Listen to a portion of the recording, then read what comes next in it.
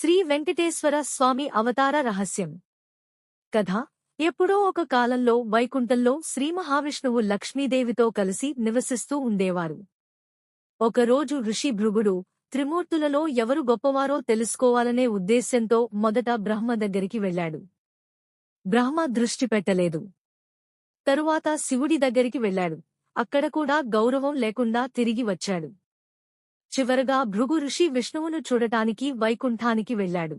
ఆ సమయానికి విష్ణువు లక్ష్మీదేవి పాదాల వద్ద విశ్రాంతి తీసుకుంటూ ఉన్నాడు. కోపంతో భృగుడు విష్ణువు ఛాతీ మీద కాలు పెట్టాడు.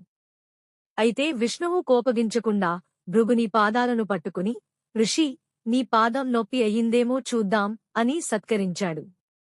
దీన్ని చూసి లక్ష్మీదేవి చాలా బాధపడ్డారు. ప్రభూ, మీ ఛాతీ నా నివాసం. ఆ స్థలాన్ని ఎవరైనా తన్నినా మీరు సహించారా? ఇలా అవమానాన్ని భరించలేను అని చెప్పి భూమిపైకి వచ్చారు.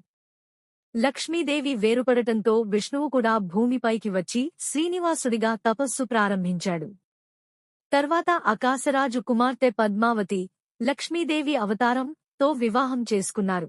తరువాత ఆయన తిరుమల కొండలపై నివసిస్తూ శ్రీ వెంకటేశ్వర స్వామిగా భక్తుల రక్షణ కోసం నిలిచిపోయారు. ఇప్పటికీ ప్రపంచవ్యాప్తంగా భక్తులు గోవిందా గోవిందా అని జపిస్తూ ఆయన కృపకు పాత్రులు అవుతున్నారు.